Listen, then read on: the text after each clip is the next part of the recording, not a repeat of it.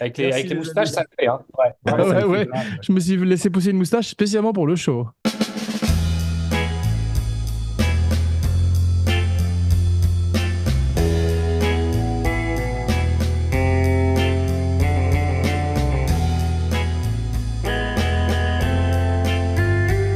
Bonjour et bienvenue dans Kinopod, le podcast grand écran.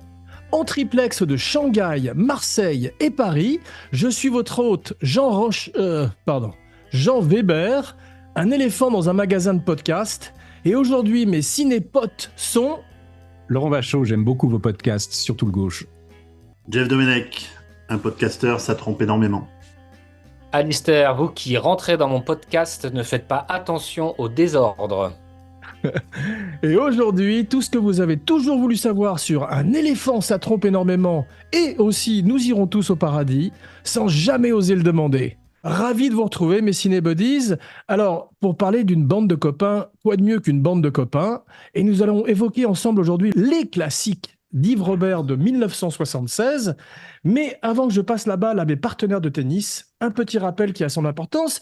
Si vous aimez le show et que vous voulez qu'il continue, alors n'oubliez pas de liker, de partager, de commenter, de follower et de vous abonner partout où vous écoutez le podcast. Et surtout aussi, n'oubliez pas de liker et de souscrire à la chaîne Abracadapod sur YouTube avec chaque semaine des surprises et une nouvelle fantastique vidéo de Romain Lénoff. Et maintenant, le pitch. Et ensuite, je me tais à tout jamais. Non, je déconne. Fausse joie. Comme si vous étiez un gros producteur belge une fois dans un ascenseur entre deux étages. Alors, pour le pitch, laissons tout simplement la parole à Jean-Loup Dabadi, le scénariste, qui décrivait son histoire magnifiquement en disant « C'est l'histoire très agitée des démêlés de certains hommes avec certaines femmes qui ne sont pas nécessairement les leurs. » Mais c'est enfin au tour de quelqu'un d'autre de parler. Alistair, qu'on ne présente plus, mais on va le faire quand même, co-rédacteur en chef du grand magazine Schnock, pour un film aujourd'hui donc particulièrement schnockien. Il y a d'ailleurs une édition spéciale qui était fantastiquement faite. Et une fois de plus, tu nous as aidé à choisir le film. Welcome back, brother.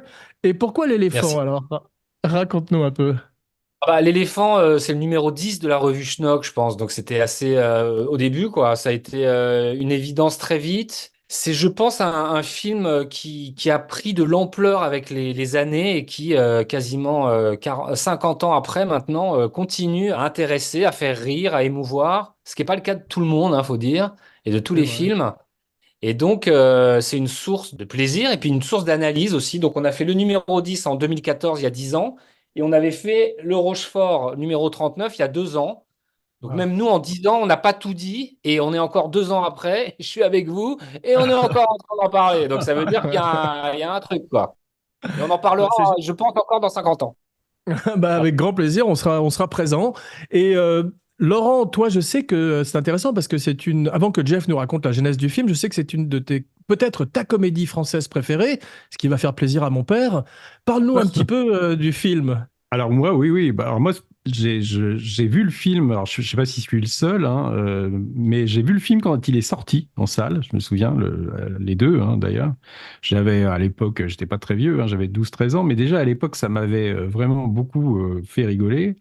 Et bon, bah, je pense que c'est un des films aussi les plus rediffusés, hein, à la télévision. Ça veut dire que chaque fois que, bon, on peut même parler des films de Francis, hein, je veux dire le Dîner de cons, chaque fois que ces films sont rediffusés, généralement, même si tu les as vus 36 fois, les gens les revoient, hein, toujours avec plaisir.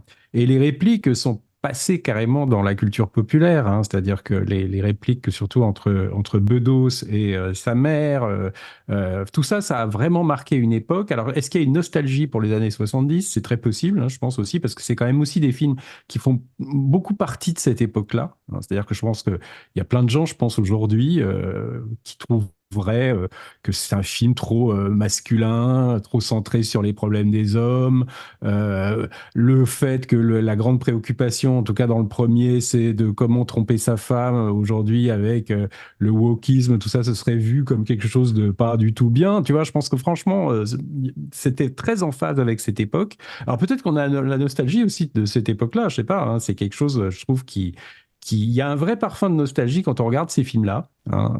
Moi, je trouve, il y a peut-être, c'est plus la France d'aujourd'hui. Je dis pas ça dans un côté passéiste du genre, ah, c'était forcément mieux avant, mais on voit aussi quand même que la comédie de cette époque-là, était incroyablement bien écrite, même s'il y avait sûrement des films très lourds aussi à l'époque. Mais je trouve qu'on a perdu, on n'a plus aujourd'hui cette qualité d'écriture. C'est-à-dire, je ne trouve pas qu'il y ait l'équivalent de gens comme Dabadi ou même Francis dans un autre style. Je trouve que les scénaristes d'aujourd'hui sont plus dans des trucs de petites scénettes. Là, vraiment, c'est l'équivalent de ce que faisait Claude Sautet, je trouve, avec Dabadi déjà aussi, hein, mais avec une touche de comédie en plus.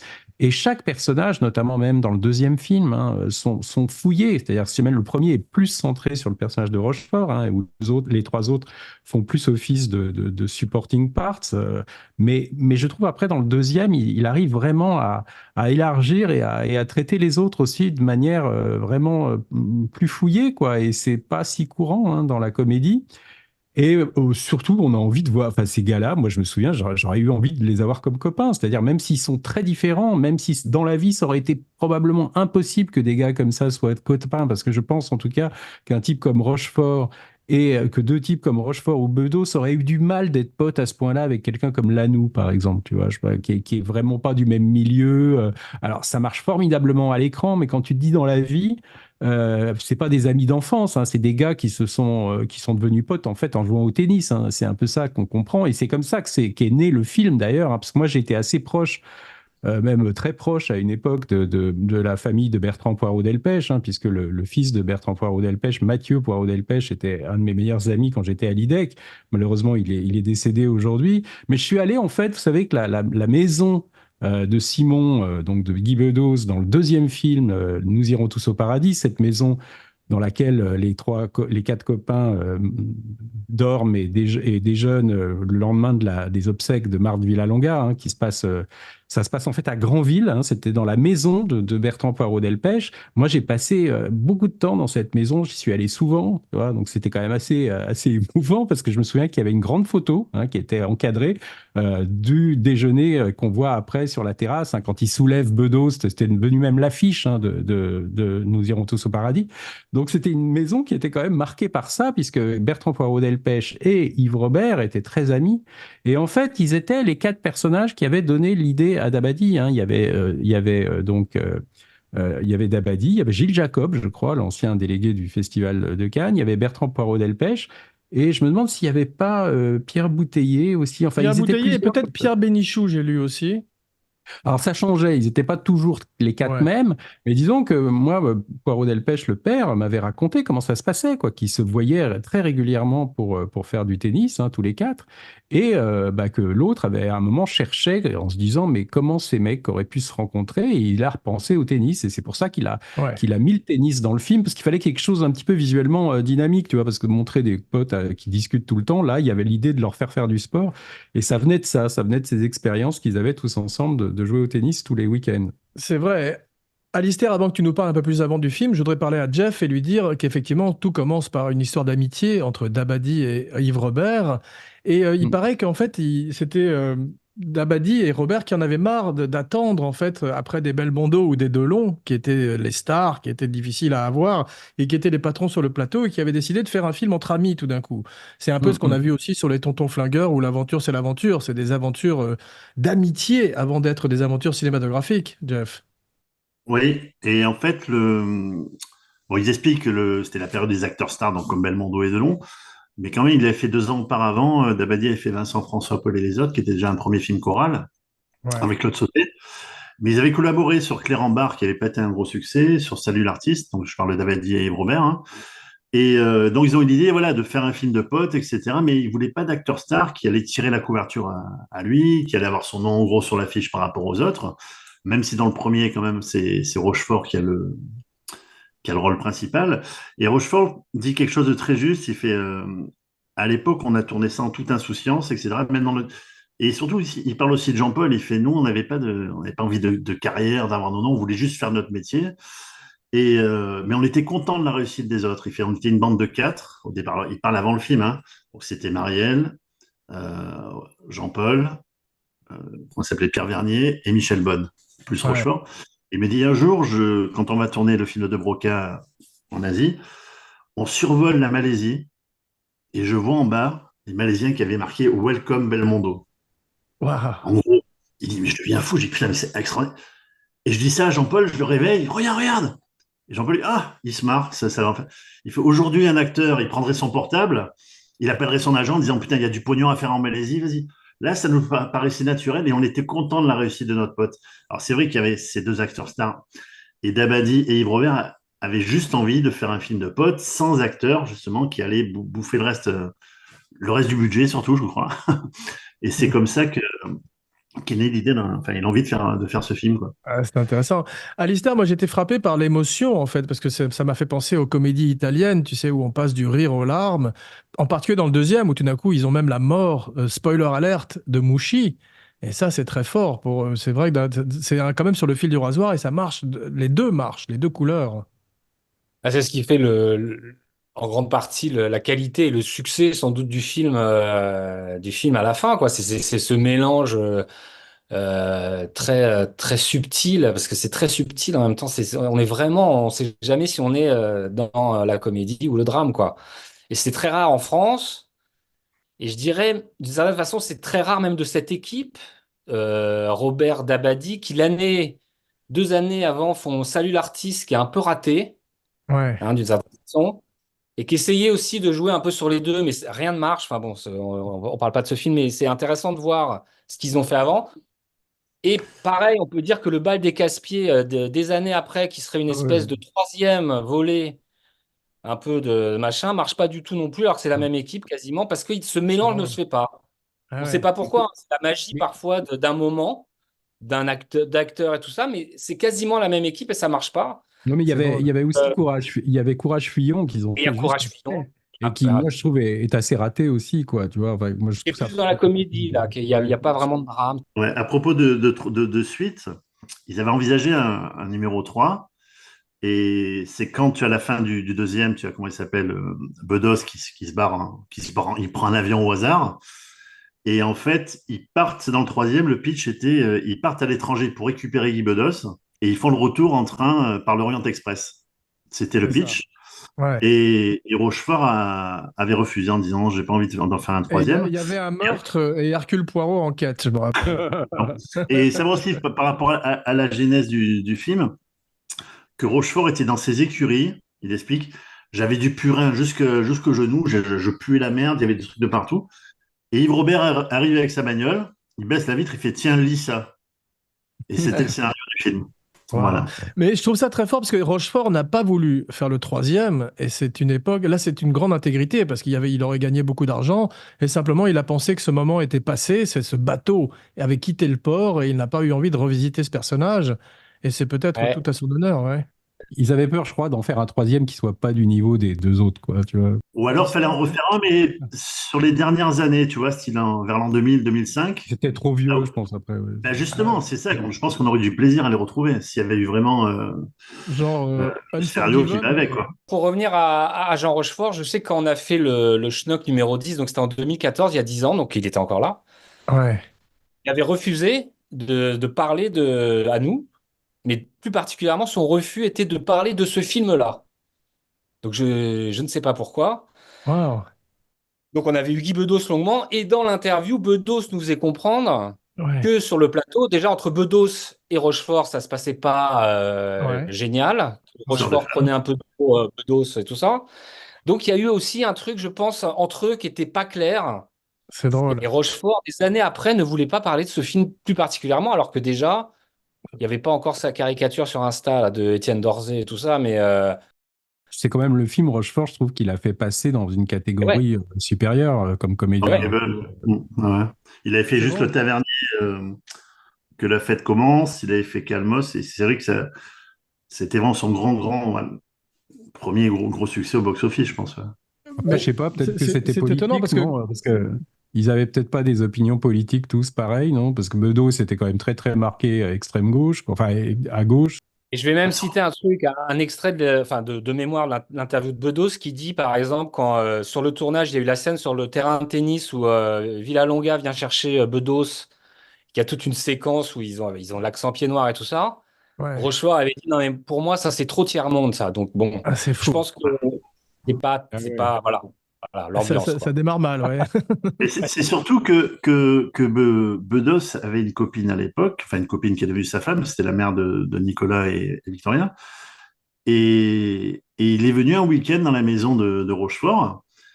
Et Rochefort avait des vues sur la femme de Bedos, sur Joël. Et Oh, ça a c'est forcément terrible. créé. Non, mais il était du C'est style à lui dire. terrible, Jeff, ce que tu es en train de dire. C'est Attention. c'est de notoriété publique, cher ami. Et en fait, comment il s'appelle, Rochefort était en train de montrer à Joël, regarde, j'ai une belle maison, je suis un acteur installé, etc. Je vaux beaucoup plus que lui. En fait, Ah Bedos l'a ouais? vécu comme ça. Ah oui, oui, ça a été une grosse tension entre eux. C'est Waouh. connu, ça. Si vous êtes Ouais. renseigné sur le film, vous devez le savoir. Ouais. Et, euh, et donc, forcément, ça. Mais même des années plus tard, parce que moi, j'ai eu la chance de faire des soirées grâce à Jean-Paul. À l'anniversaire de Jean-Paul, tu avais Brasseur, Bedos et Rochefort. Donc, t'imagines, si avec Hmm. les trois à table, c'est un plaisir. Il y avait encore quand même un peu de rancœur des années Ah plus ouais? tard. Waouh. Ah, Incroyable. d'accord. Malgré le succès du film, malgré le truc, ouais, ça grattait un peu par moment. Mais alors, même si Jean-Paul était le mec qui rassemblait tout le monde, tu vois, et puis surtout face à Jean-Paul, personne ne l'a ramené trop. Et même s'il était humble, il parlait pas de sa carrière. Les autres venaient, mais tu ressentais quand même des tensions, quoi qu'il arrive, quoi. C'est faux. Et c'est comme ça, quoi. Donc, mais oui, il y a une histoire de bonne femme au début, hein. Laurent, tu parlais d'un grand âge d'or de la comédie et tu es scénariste. Et c'est vrai que tout d'un coup, tu avais Dabadi et Weber. Il y avait une véritable rivalité entre les deux, mais une admiration commune également. Je tiens à dire d'ailleurs que le fils de Dabadi a un podcast en ce moment. Et non, c'est pas vrai. Non, mais ce qu'il y a, c'est qu'ils ils étaient, ils étaient pas sur le même terrain, quoi. Tu vois, c'est ça. Dabadi aurait jamais pu faire La Chèvre ou Le Dîner de con. Et je suis pas sûr que Francis aurait pu, genre peut-être, hein, qu'il aurait peut-être, je sais pas s'il aurait été Probablement pas. C'est intéressé la différence par un film choral, quoi. entre la Ouais. chronique et une histoire en 3 actes qui est très Et Francis, il avait conceptuelle, quand même. généralement il avait des scénarios qui étaient plus quand même articulés comme ça autour d'une histoire, tu vois, plus qu'une petite suite de chroniques. Enfin, il a jamais vraiment fait des chroniques, tu vois. Non, il fonctionnait à ce qu'on appelle le high concept, c'est-à-dire c'est Voilà, une idée forte au départ que tu déclines en pressant comme un citron. c'est ça. Par contre, Dabadi et Weber, qui étaient les jeunes loups, on va dire, les jeunes loups du cinéma français, du point de vue écriture, étaient évidemment très demandés, notamment par la Gaumont. Et dans l'excellent livre de mémoire d'Alain Poiret, que je vous conseille, Ouais. Alain Poiret cite, parce que c'était à l'époque où Gaumont faisait des gros succès, et commençait à faire des suites. Et donc, c'est Alain Poiret qui dit, en 1973, nous donnions une suite au Grand Blond. Cette décennie sera celle des séries. Gaumont mettra en chantier 2 Grands Blonds, 2 Éléphants et 3 septième compagnies. C'est pourquoi Francis Weber plaisantait en disant: nous ferions mieux de travailler tous ensemble et d'écrire. Nous irons tous au paradis avec le Grand Blond qui a retrouvé la 7e compagnie. Dixit Francis. Je ne sais pas s'il s'en souvient, mais en tout cas, c'est écrit dans les mémoires d'Alain Poiret. C'est étonnant. Mais Alistair, on va parler un peu plus des acteurs, un peu plus en détail. Apparemment, Dabadi fait une espèce de sur-mesure, pour que ce soit pour Rochefort, pour Lanoux, et en fait exagère un peu leur personnalité à l'écran. Et c'est pour ça Oui. ils ont l'air aussi à l'aise dans leur rôle, en fait, aussi. Oui, il semble qu'il y ait une espèce de cryptage de leur vie personnelle des uns et des C'est autres ça. ou Ouais. d'exagération. Alors, l'exemple typique, c'est Bedos qui, ça faisait bien longtemps que Bedos avait abandonné l'accent pied noir dans la vie, mais Dabadi lui redonne. Et Ouais. Dabadi et Bedos étaient très très proches à l'époque parce que Dabadi écrivait les sketchs pour Bedos. Enfin, Ouais.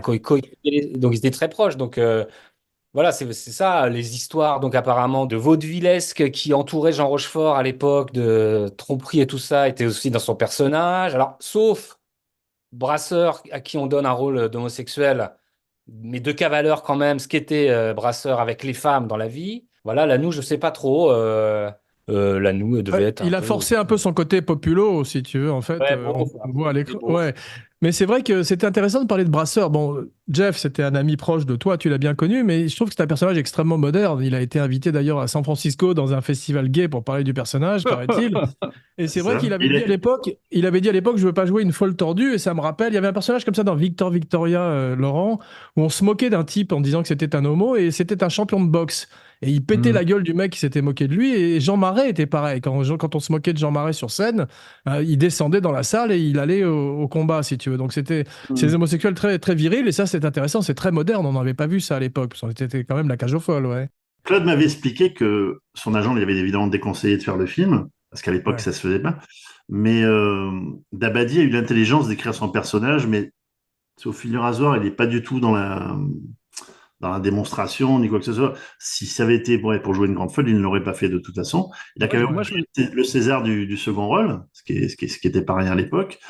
Mais je trouve que c'est très discret. Voilà, bon, il y a cette fameuse scène de la gourmette, etc. Mais Ouais, mais alors c'est marrant, tu vois, parce que moi, quand je te disais que j'avais vu le film à sa sortie, hein, donc 76, moi j'avais à 11-12 ans, j'étais allé, je me souviens, avec ma mère qui voulait absolument voir ça parce qu'elle adorait les acteurs. Et je me souviens, par exemple, même si j'avais beaucoup apprécié le film, je me souviens très bien de cette scène de la gourmette, j'avais pas compris, quoi. eh ben oui, on n'était pas en âge de comprendre. Et Parce que pour tu vois revenir un à ce que mec arriver avec un teckel, il jette la gourmette qu'on a vue avant, dans les où fraises, Brasseur est avec Laurent Mallet, je crois, enfin, c'est un des frères Mallet. Il lui dit pauvre conne, et il repart et il n'y a rien. Tu vois, t'as les mecs qui se regardent Ouais. comme ça. Et moi, je me souviens, j'avais dit, mais il disait quoi? C'est subtil, ouais. en fait, Le niais, tu sais. Dabadi te fait comprendre dans le film que tu sois hétéro comme les trois autres, tu as toujours des problèmes, tu couches à droite, à gauche, etc. Et même quand tu es homosexuel, eh ben, tu as aussi des aventures à droite, à Ouais. gauche. Voilà, c'est pas quelque chose de réservé. Et pour en revenir à Dabadi, il disait souvent que ce sont les acteurs qui soufflent le texte à l'auteur. C'est-à-dire que lorsqu'il écrivait, il écrivait vraiment du sur-mesure. Je sais pas si Francis faisait ça dans ses comédies, mais en tout Bah, cas, c'est-à-dire Dabadi, qu'il a beaucoup fait ça pour Pierre Richard, bien sûr, où il avait tout d'un ouais, coup son Ludion, tu vois, formidable, merveilleux. Et puis quand il écrivait pour l'homme fort en face, en général, c'était soit Ventura ou ensuite Depardieu. C'était ouais, bien assez, sûr. ouais. Brasseur disait dans Schnock qu'il y avait trois rôles qu'il avait, que les gens retenaient de sa carrière quand on le rencontrait dans la rue. C'était Laboum, le papa de Bucky, un éléphant, et nous irons tous au paradis. On lui demandait alors vous êtes pas homo dans la vie, hein? Le dernier, c'était Camping où on lui demandait si je sais plus quoi, il avait retrouvé son. Enfin bref, les trois rôles, il disait ça un peu. Enfin, c'est Jeff en parlera le mieux, mais. Il Ouais. n'y avait pas de Enfin, moi, rôle vrai. il y a plusieurs générations. Pour mes parents, c'était Vidocq. Moi, Ah bah c'était moi, la et mes petits moi, neveux, c'était Camping. Tu vois, moi, chacun moi, à c'était chaque Vidocq. période. C'est comme ça que j'ai Voilà. connu Claude Brasseur la première fois. C'est que Moi aussi. j'étais dans Vidocq dans le début des années 70. J'avais quoi? J'avais, oui, le même âge que dans l'éléphant, à peu près. J'avais 10 ans, quoi. Tu vois. Ouais. Et J'adorais tu as vu que Vidocq. dans la scène où il est dans la baignoire, quand avec la mousse, il fait sa barbe et il imite Ouais. son père. Et limite Ouais. Pierre, ouais. Hmm. Ouais, c'est très Ouais. touchant. Je l'ai fait aussi dans Josépha. Mais parlons un peu des femmes du film. On a Danielle Delorme, dit Lélé, qui est Mhm. formidable. On a effectivement Annie Dupéré, qui deviendrait une espèce d'icône à l'époque sur cette bouche d'égout, comme, enfin, de bouche d'aération plutôt d'ailleurs, comme Marilyn Monroe. Et c'est vrai qu'elles ont une présence assez forte dans le film quand même. Et puis Marthe Villalonga, qui est un Annie véritable Dupéret, moi je moteur tiens de. à souligner que c'est quand même, moi j'ai co-créé la série Une famille formidable qui a fait d'elle une star télé après quand même, tu vois. Bravo, bravo. Quand tu as vu ces films-là très jeunes, ce qui était mon cas, moi quand elle passe sur la soufflerie, quoi, je me souviens que bon, tu as la jupe qui se relève et tout ça, mais moi j'avais jamais vu Marilyn Ouais, Monroe, ouais, ouais. tu vois, dans ces temps de réflexion, et je me souviens que c'est ma mère qui m'a dit, ah, c'est comme Marilyn Monroe, si tu veux. Donc en fait, tu voyais le film, mais tu saisissais pas forcément la référence parce que tu n'avais C'est pas vu drôle. l'original, tu vois. Mais Yves Robert a eu l'idée. Alors, évidemment, la référence à Marilyn est claire, mais Annie Dupéré raconte que Yves Robert, qui avait produit Les Malheurs d'Alfred avec Pierre Richard, c'est un film où sans arrêt il leur arrive des gaffes, donc ils sont tout le temps dans l'eau. Mm. Et on est pour se réchauffer, parce qu'elle était trempée, ils ont mis de la musique sur le tournage et elle s'est mise à danser. Et Ouais. Yves Robert a repensé à ça, c'est pour ça qu'il l'a engagé sur le film. Il Ouais. dit, ça serait très bien de danser dans cette scène-là, quoi. Et pour en revenir si on parlait des femmes, à Marthe Villalonga, c'est l'assistant Elie Chouraki qui souffle le nom à Yves Robert en disant ouais, c'est une actrice pied noir, etc. Et dès qu'elle arrive dans le bureau d'Yves Robert, il fait ah non, non, ça va pas être possible. Il fait mais pourquoi? Il fait vous êtes beaucoup trop jeune pour jouer la mère de Guy Bedos. Elle me dit ah, mais si vous me l'auriez 43 dit au ans. téléphone, Ouais. si vous me l'auriez dit au téléphone, il dit non, je vous l'aurais dit. Et il fait bon, on va quand même faire un essai. Il lui fait lire la scène où elle rentre dans le cours de tennis et il lui dit est-ce que vous seriez d'accord pour vous faire maquiller, perruque, etc. Et c'est parti de là, en fait, ils ont accepté. Et c'est vrai que même sous un rôle, on va dire, comique, etc., je trouve les liens entre le fils et la mère sont très, très forts dans le film. Et on va revenir tout à l'heure sur cette scène sur le quai de gare qui est bouleversante. Alain Poiré disait, il ne faut jamais de mort dans des comédies. Ça va vous plomber le film. Et je trouve au contraire que ça apporte quelque chose de très, très fort. Ouais. Et Jean, une des choses, je trouve, qui justement, on cherchait peut-être les raisons pour lesquelles le film vieillit aussi bien, c'est que Ouais, même si ce sont des rôles secondaires, les rôles de Villalonga, Dupéré et Daniel Delorme sont des rôles de femmes de caractère ouais, qui ne sont pas dépassés trop par les événements, qui gardent leur destin en main d'une certaine façon, et qui ne se font pas absolument. trop marcher sur les pieds, même si elles sont maîtresses, trompées et tout ça. Elles continuent leur vie, et même si l'autre, elle est infernale, Villalonga. Enfin, c'est des femmes de caractère. Et on n'est pas face à voilà, Des Ou des des potiches, femmes entre... bimbos, Ouais, potiches, ouais. voilà, exactement. des bimbos ou des nanas Ouais, mais Marthe Villalonga, décoratives. pour continuer un peu sur elle, c'est un moteur de comédie. Dès qu'elle arrive, tout d'un coup, le film passe une vitesse et c'est comme, Non, mais c'est surtout qu'elle extraordinaire, a, la force elle a des comique. répliques, C'est elle a drôle. des répliques hallucinantes, quoi. Enfin, Ah moi, oui. je me souviens que je connaissais toutes les répliques de Marie. Non, mais si c'est ça, votre médecine de gauche, les communistes, ils n'ont pas intérêt à prendre froid, quoi. Enfin, c'est quand même des trucs, faut trouver ça, tu vois, quoi. Mais, mais, mais quand, et surtout, il y a J'ai une un scène. éblouissement en pleine Samaritaine, il raccroche au Ouais. nez de sa mère, enfin, des trucs, moi je les connaissais par cœur, quoi, tu vois. Et la scène qui est très humiliante pour Bedos, c'est quand elle organise sa soirée. D'ailleurs, on voit Vladimir Cosma et il veut lui présenter sa fiancée, Mireille Fayol. Je te Et elle la somme. calcule pas, elle passe devant lui, etc. Il fait, ça suffit, tu vas venir immédiatement serrer la main de cette fille. Je te demande pas, je te somme. Je Alors te déjà, moi, somme, tu me quand sommes j'étais à ta petit, le mère. mot somme, je savais pas ce que ça veut Ouais. dire. À moi, ta mère, tu me sommes. Tu me Mais, sommes. mais tu penses, il n'y a pas une autre actrice qui aurait pu jouer ça, et je trouve que elle est parfaite. Et qu'est-ce qu'elle a comme diplôme? On s'en fout des Et diplômes. on s'en C'est fout bien. des diplômes, elle travaille. Et Non, c'est surtout, drôle, hein. là où c'est très fort, et je peux peut-être une idée de Dabadi ou de Robert, c'est qu'à un moment donné, les violons prennent le dessus sur l'engueulade. On les entend même plus s'engueuler. Ouais, Et ils ont fait souvent ça dans le film, tu sais, la scène où Brasseur doit se marier, Ouais. sa femme finalement. En fait, ils sont dans la voiture, elle lui parle et tu n'entends pas ce qu'elle lui dit. Mm. ouais. Tu vois, donc il y a des trucs comme ça. Alors, des ellipses qui sont chères à Francis Weber. Pareil, je trouve la scène est très bien filmée quand ils apprennent la mort de Mouchy. Il y a le téléphone de Rochefort qui sonne, il décroche et ça enchaîne où il le dit à Lanoux en fait. Mm. Et derrière, il y a le passage à Brasseur. Il y a juste deux sonneries de téléphone, tu as Brasseur au téléphone. Et voilà, cette séquence, elle est très bien faite et ils expliquent pas à chaque fois qu'elle est morte, etc.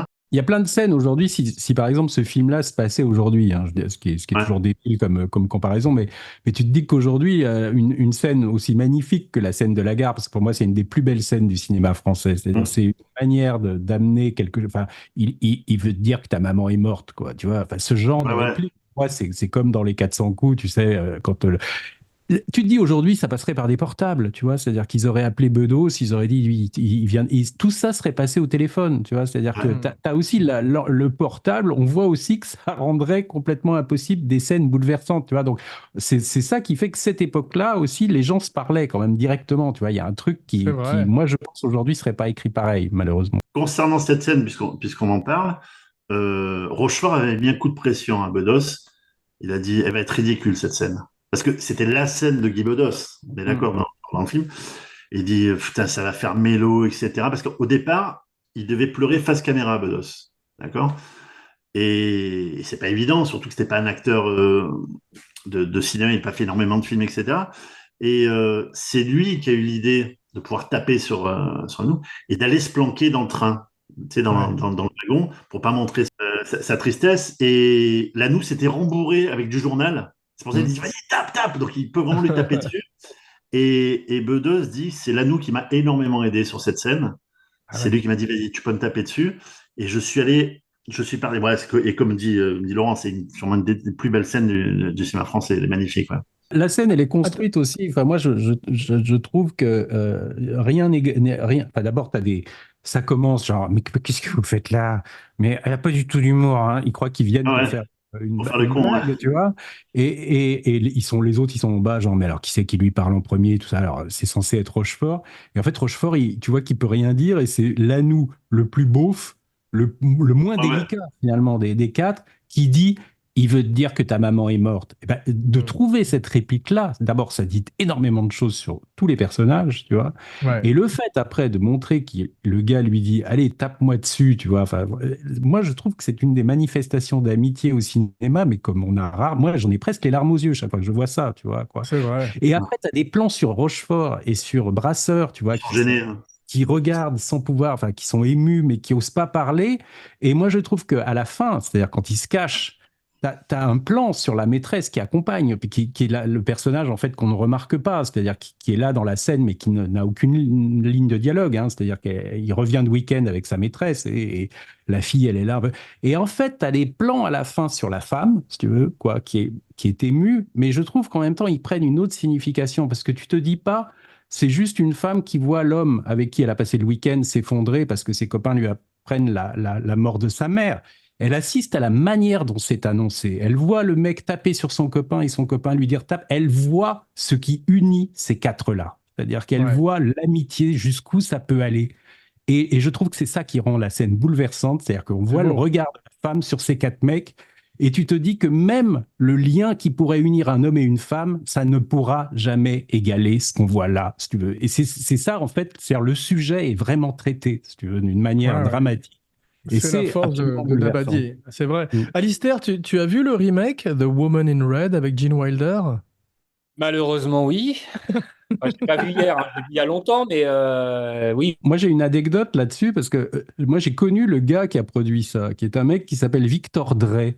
Et qui a d'ailleurs produit l'homme avec la chaussure rouge, là, le remake aussi. C'était un spécialiste, il a une boîte de nuit, un restaurant à Las Vegas aussi. Alors voilà, moi je l'ai connu parce que j'étais allé à Las Vegas et c'était l'époque où où je connaissais bien William Friedkin et qui m'avait dit ah mais j'ai un copain français là-bas, tu devrais aller le voir parce qu'il a.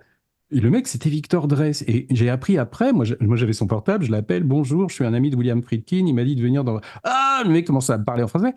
Mais je ne savais pas bien qui c'était parce que je ne l'avais pas remis par rapport au producteur de ces films-là. Mais le gars, là-bas, c'est le roi de Las Vegas, quoi. C'est-à-dire, c'est un mec, mais enfin, il doit forcément avoir des liens, je pense, avec la mafia aussi, parce que tu ne deviens pas le roi de Las Vegas si tu n'es pas. Mais le gars, c'est un nabab. C'est-à-dire qu'il a je ne sais pas combien de restaurants.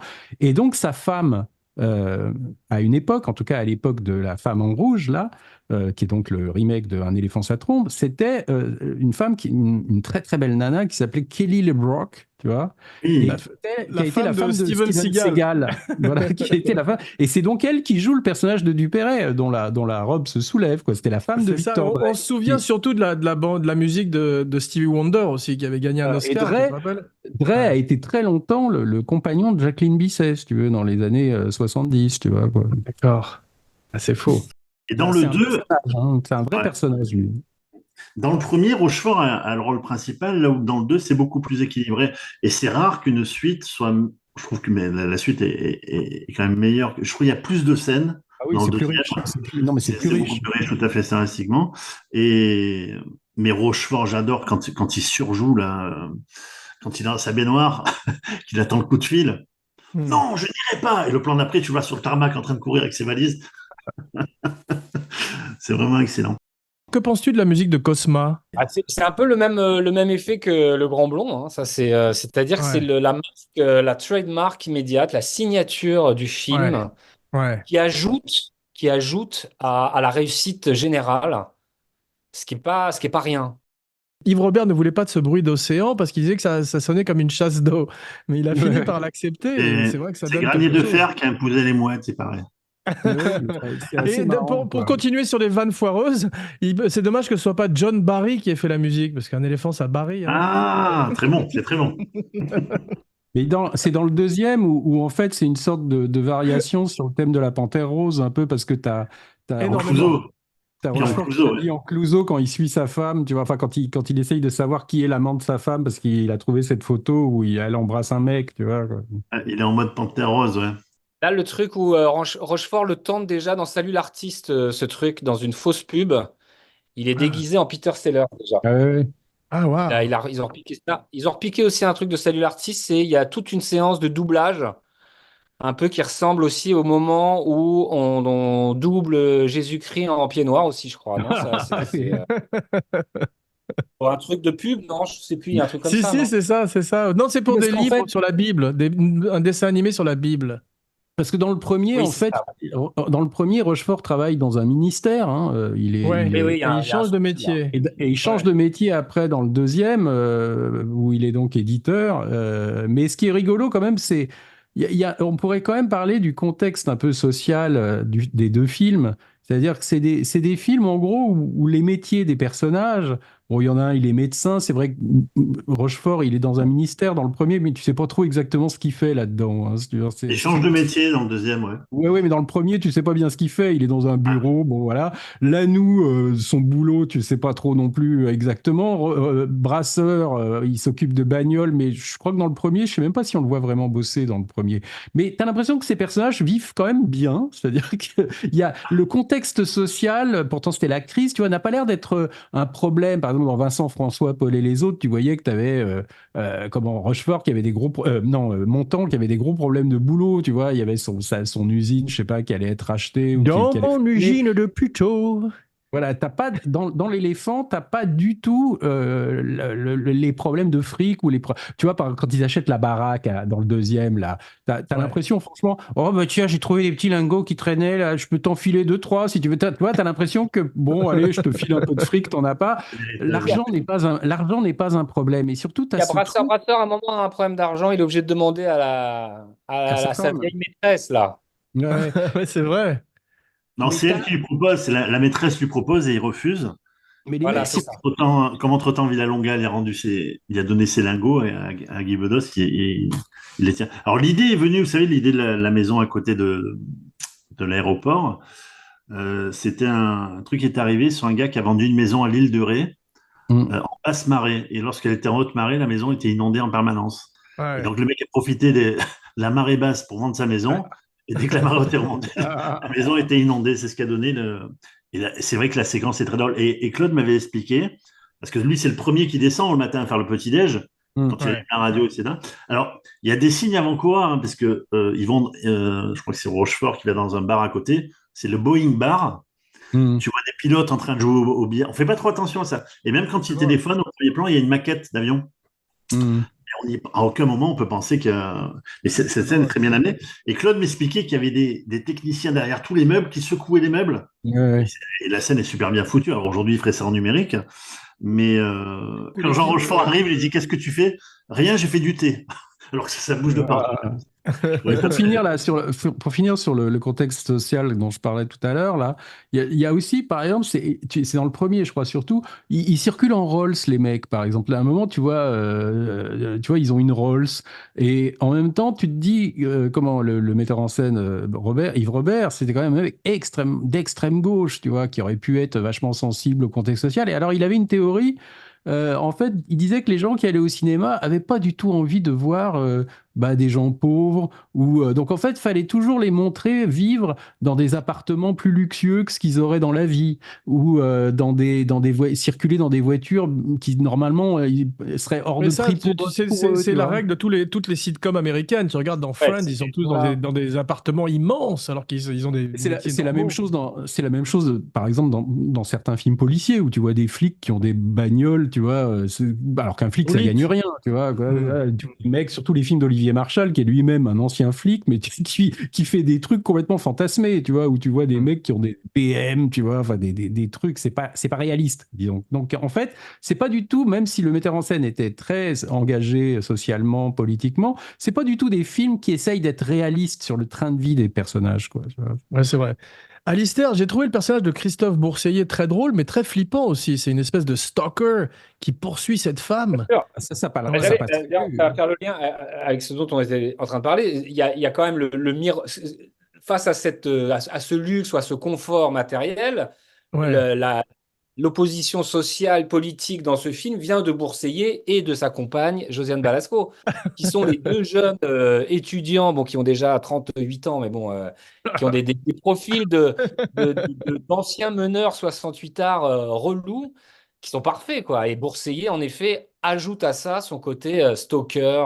J'aime beaucoup Exactement. ça, sorte de gauche. Oui, mais ça passerait plus aujourd'hui. Je pense que le personnage de Bourseiller serait vu comme un mec inquiétant, détraqué, alors qu'il est très comique en fait. Tu vois, nous on rigolait Mais de il fait ça. un Je sais peu pas si peur quand même. aujourd'hui Mais les gens ce qui est drôle, rigoleraient. c'est il ressemble à Balasco. C'est drôle qu'il soit cette Oui, espèce oui. de mimétisme entre les deux. Et Bourseiller sera enfermé dans ce rôle quasiment toute sa carrière. Ouais, Il fait quelque Clara chose maintenant. Léchic-Typ, dans Clara Léchic-Typ, il est avec Balasco aussi, il fait un peu le même, Ah, Toujours c'est le même drôle. Oui, mais personnage. la même c'est un peu intonation, ouais. C'est un peu le cliché, t'as le cliché du mec qui veut tromper sa femme, et puis t'as aussi le cliché de l'adolescent qui veut coucher avec une femme mûre, tu vois. Enfin, c'est l'éducation sentimentale. D'ailleurs, il en parle comme ça à un moment dans le film. Tu sais, Frédéric Moreau, il a une réplique où je ne serais pas comme Frédéric Moreau dans l'éducation sentimentale. Je n'aurais pas cette classe-là, tu vois. Enfin, il y a toute une. Ouais. Et en fait, le dialogue est très littéraire pour un public d'aujourd'hui, si tu veux, qui ne lit plus, qui est quand même, alors je dis pas complètement inculte, mais tu as des tas de références littéraires dans le dialogue de l'éléphant et de Nous irons tous au paradis, qu'à mon avis, des spectateurs ne saisissent pas forcément. Le côté complètement pastiche proustien de la voix off de Rochefort, tu vois, surtout quand il dîne quand il déjeune avec sa marraine, je me souviens, il y a toute une voix off où tu les vois partir déjeuner.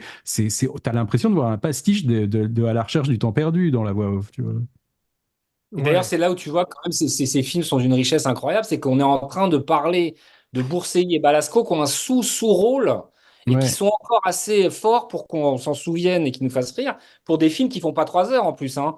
Ça fait C'est une heure vrai. et demie, 1h40, quoi, hein. Donc Et toutes Ouais. puis, les oui, informations, la richesse du truc, et c'est quand même incroyable, quoi. Bourseillet a toujours le même masque du début à la fin. Jamais il sourit, par exemple. C'est un espèce Ah. de visage complètement fermé et sombre, et il délivre des répliques hilarantes, mais avec ce masque complètement fermé, tu vois. Donc ça qui rajoute du comique au truc, tu vois. Bourseillet, c'était le fils d'un couple d'amis d'Yves Robert. Il l'avait engagé quand il avait 4 ans sur la guerre des boutons. C'est comme ça qu'ils se sont connus. Je profite que Laurent parle de la voix off, en fait.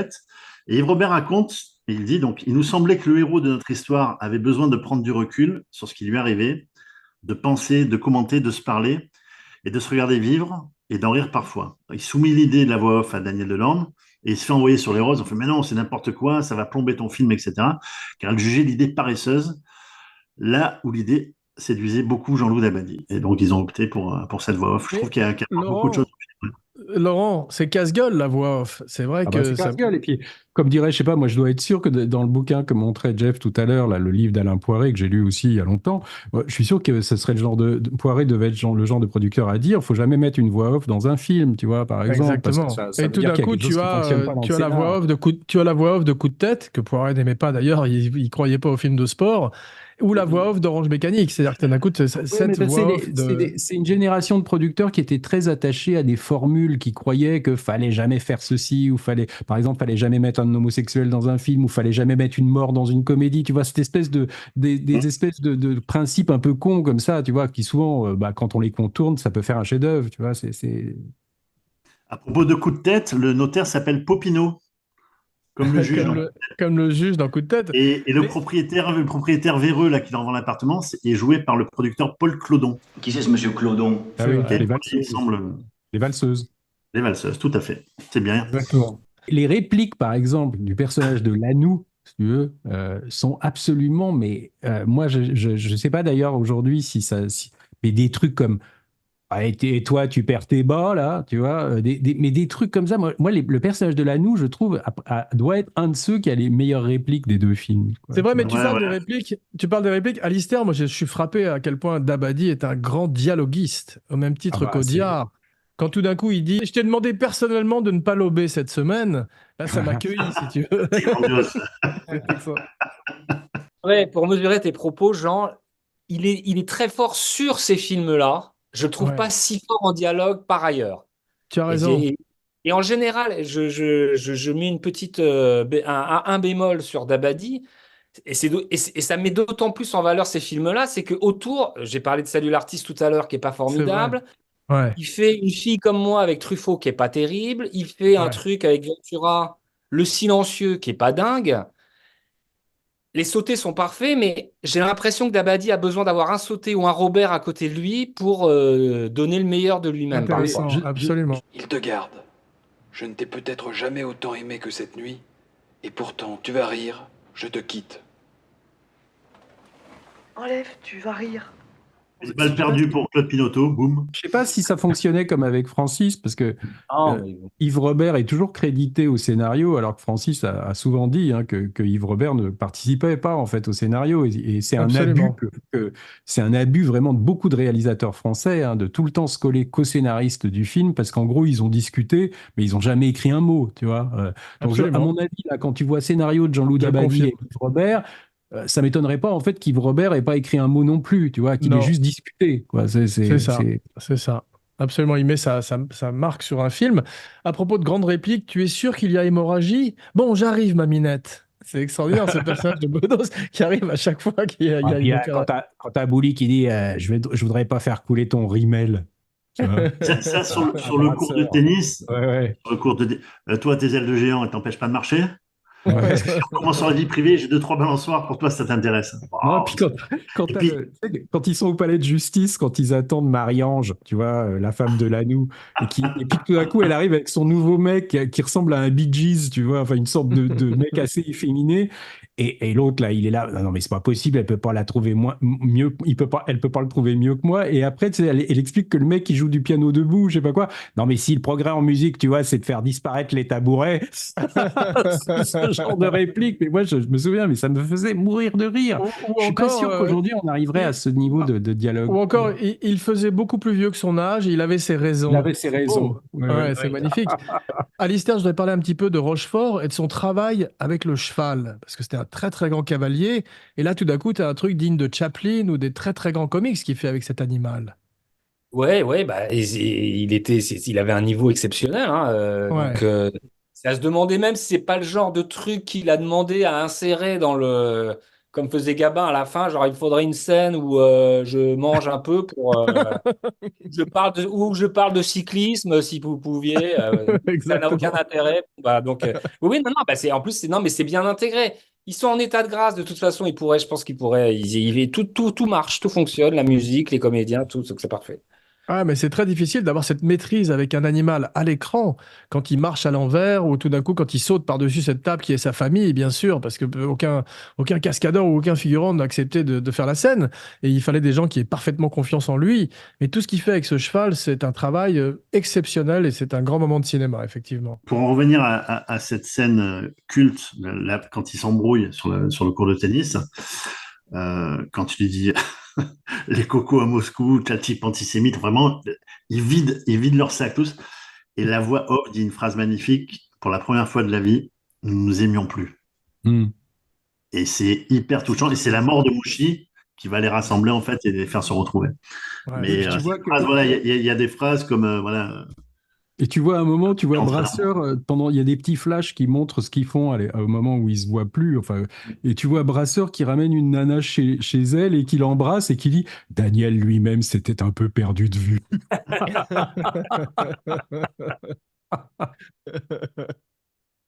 Et moi, j'aurais fait, je sais pas, pour la genèse de leur amitié, j'ai du mal à croire qu'à 40 ans, un mec comme Lanoux, qui a rien à voir avec Ouais. Rochefort, je les aurais plus vus, voilà, à la fac ensemble, c'est des amis. Après, chacun parle de son côté. Alors, non, Mais à 40 ans, tu vas pas devenir ami avec un mec qui a rien à Ah voir ouais. avec toi.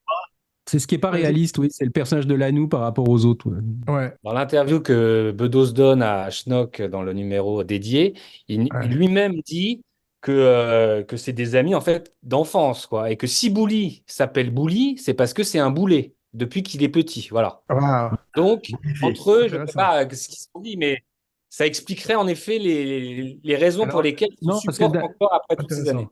Bon, et Dabadi puis, apparemment a dit que c'est tennis. une amitié qui est née sur le cours de tennis, quoi. Tu vois, parce qu'ils fréquentent le même club de tennis et que l'idée de les voir en short, parce qu'il voulait que ces mecs aient l'air un petit peu, qu'il y ait une part d'enfance chez tous ces personnages-là, et il Mm. trouvait que de les montrer en short, ça leur donnait un côté culotte courte, tu vois, et un petit peu enfantin, quoi. Si tu veux, de les voir jouer au tennis en short, ça donnait un côté esprit d'enfance à ces gens-là, mais qui s'étaient pas connus à l'école, alors qu'effectivement, on pourrait se dire qu'un mec comme Lanou, bah, ils sont restés potes avec parce qu'ils le connaissent depuis très longtemps. Parce que c'est peu vraisemblable qu'une amitié entre adultes puisse naître avec un mec comme ça, socialement aussi différent, quoi.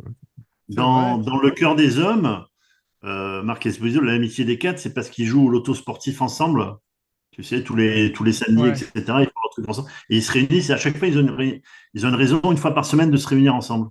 c'est Voilà, donc vrai. Après, C'est tu c'est vois, le tennis. Ouais, Mais là où regarde, mes meilleurs copains, c'était des amis d'enfance, par contre. Tu et vois. est-ce que vous voyez encore des amis que vous aviez à l'école primaire ou au collège? Moi, oui, très peu finalement, tu vois, quoi. Les moi voir, j'en ai non, sur les réseaux. quelques-uns. Moi, j'ai plus de. Moi, les amis que j'ai les plus éloignés, ça doit remonter à quand j'étais en classe préparatoire, tu vois, j'avais déjà 20 ans. Je vois plus de copains que j'avais quand j'avais 12, 13 ans, tu vois, quoi. Donc je pense aussi que ça veut pas dire forcément que parce que tu les as connus très jeunes, tu restes copain avec tout le temps, tu vois. Je pense que c'est... Mais ça peut exister quand même. Je voudrais parler un petit peu des caméos. Il y a Anémone, donc on parlait de Josiane Balasco. Moi, j'adore les caméos des gens du Splendide dans ces films des années 70 et qu'on voit surgir tout d'un coup dans les films de Blier ou dans On aura tout vu. Et c'est toujours un Monsieur plaisir Klein, de dans les Monsieur voir. Klein. Dans Monsieur Klein, exactement. Ouais. D'ailleurs, je sais peut-être remarqué dans le premier, il y a, comment il s'appelle, Il y a un cet acteur. Polanski aussi, là, c'est le locataire, je crois, où tu Le les vois locataire, tous. ouais. Ouais. Exactement, Ouais. ouais. C'est Cet toujours drôle. acteur-là qui jouait qui est décédé, qui jouait dans Amélie Poulain. Elle retrouve sa boîte de jouets, Rufus? là. Rufus? Bénichou? Non? Non. Bah ouais. Comment il s'appelle? Ah oui, Bénichou, oui. Bénichou. Il a le Oui. look de Christian Clavier dans Je vais craquer, Ah, c'est avec ses drôle. lunettes et sa petite ride. Vous n'avez pas fait attention? Ah, C'est le si, même. si. Ah, Tu as raison. C'est Jérôme Ozindron. Je dis ça parce que je sais que c'est un film qui tient à cœur à Alistair. tu as parlé du Splendide, genre, il y a qui d'autre du Splendide dans ce film alors? Bah, t'as Balasco et Anémone. Ah oui, bah d'accord, oui, non, mais Ouais, c'est c'est beau, ça, dans quoi. les deux films, mais T'as c'est vrai que ça Castaldi, t'as Castaldi qui joue le La gros. brute. c'est Il y a vrai. Elisabeth Margoni qui joue la nouvelle compagne de Victor Lanoux, qui sera la femme de Belmondo dans Le Professionnel, C'est et qui drôle. jouera aussi dans Mes meilleurs copains. Ah Ah, oui, c'est c'est vrai. bien. Mais Castaldi a une vraie Euh, présence. Il est assez beau quand il est jeune, Castaldi. Il a quelque chose. Il est Ses cheveux intéressant. blancs, là, ouais, ouais. Ouais, ouais. Écoute, il fait flipper, quoi. Là, pour en revenir il y a une scène, ouais, tu sais, Il était dans French Connection 2 aussi, ouais, Castaldi. c'est ça, il fait un flip.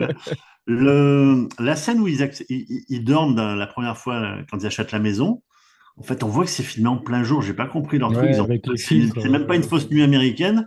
Non, Ils sont non. quand ils dorment, tu vois que les volets, il y a le soleil au travers. Ils filment les volets fermés. Tu vois que c'est en plein jour. J'ai pas trop compris le.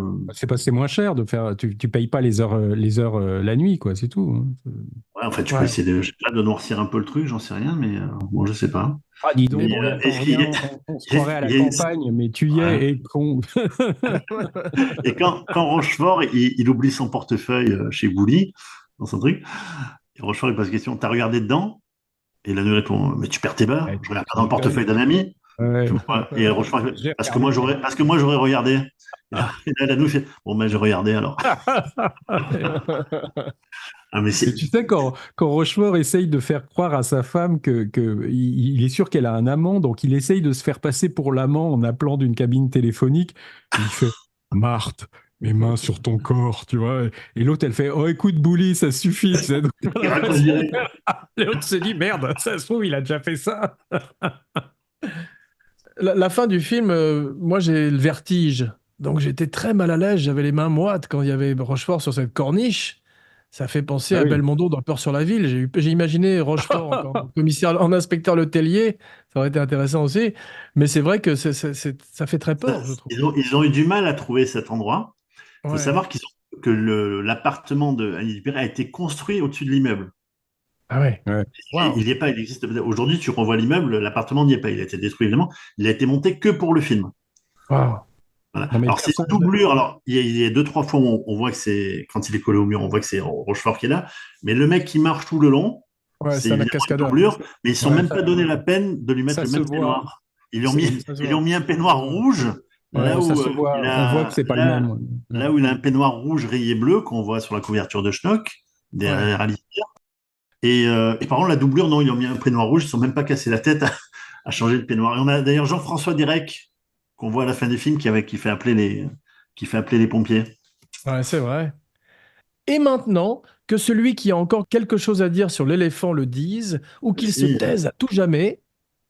si, il y a quelques petits trucs à dire déjà sur au moins, euh, au moins les acteurs, je vous ai dit, sur Victor Lanoux. D'accord? Savoir que Victor Lanoux n'était pas fait pour être acteur au départ. Il bossait chez Simca, il s'engageait dans les parachutistes. Et puis il est rentré comme machiniste au studio de Boulogne. Il y avait le tournage d'un film de Jean Delannoy qui s'appelait Notre-Dame de Paris. Et c'est en voyant Anthony Quinn qu'il a eu une révélation qu'il a voulu devenir acteur. Ah oui.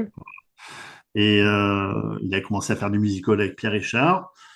Il a eu un de ses plus grands rôles dans Cousin-Cousine, pour lequel il a été nominé au César. Mais ça n'a jamais été une grande vedette, mais c'est un acteur populaire qu'on aime bien voir Bah, c'est devenu une immense vedette télé. Après, il a fait. Et lui, après, la- évidemment, et c'est malheureusement quand il est mort, on a dit que Louis Labrocante était mort, tu vois. Mais bon, écoute, C'est comme Pierre Mondy, hein. Après, c'était le commissaire Cordier. Moi, Pierre Mondy m'avait dit, c'est quand même dingue, j'ai fait je sais pas combien de films, et dans la rue, on me dit bonjour commissaire. juste la question Francis Weber. Alors, Francis Vas-y. Weber a collaboré Pendant ouais, la directement guerre. avec les quatre acteurs d'un éléphant, ça trompe énormément. Ouais. Alors, dis-moi, Le, avec Claude le Brasseur. dîner de con, il a écrit un Oui, sketch pour Claude Brasseur. Bedos, il a écrit Le Grand Blond pour Rochefort, et Lanou était dans... Jeff, c'est à toi. Adieu poulet. Adieu poulet. Bravo. Non, mais surtout Guy Bedos était dans un film Lardac. scénarisé par ton père. Quel Appelez-moi film? Mathilde. Appelez-moi Appelez-moi Mathilde, qui prend Mathilde. le fils de Donc, Michel Serrault. premier scénario. Bon, ça va, on te Bravo. garde.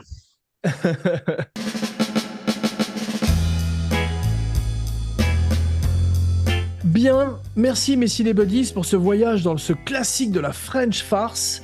Alistair, Jeff et Laurent, on se retrouve très vite sur le cours de tennis. Mais en attendant, un nouveau podcast grand écran. N'oubliez pas de liker, de follower, de partager, de commenter partout où vous écoutez le podcast, en particulier sur YouTube, avec chaque semaine une nouvelle fantastique vidéo de Romain Lenoff, son Katia Lazareva. Et maintenant, voici venu l'heure de dire vos noms et vos phrases signatures, la fameuse catchphrase, Laurent, Jeff, puis Alistair. Alors, Laurent Vachaud, bonjour chez vous. Dave Domenech, les podcasteurs à Moscou. Et Alistair, c'est quoi la cache? C'est quoi là? Il faut que j'invente un truc, c'est ça? C'est ça, désolé, en fin d'émission. Alistair, c'est ça votre médecine de gauche? Voilà. Parfait, je fus Jean Weber pour Kinopod, le podcast qui fait beaucoup plus que son âge, mais qui a ses raisons. Et maintenant, tous avec moi, c'était pas des amis choisis par Montaigne et la Boétie. Sur le ventre, ils se tapaient fort, les podcasts d'abord. Avec Merci, les les moustaches, amis. ça le fait, hein. Ouais. Ouais, Ah ça ouais, me fait ouais. grave. Je me suis laissé pousser une moustache spécialement pour le show. Ah, c'est magnifique.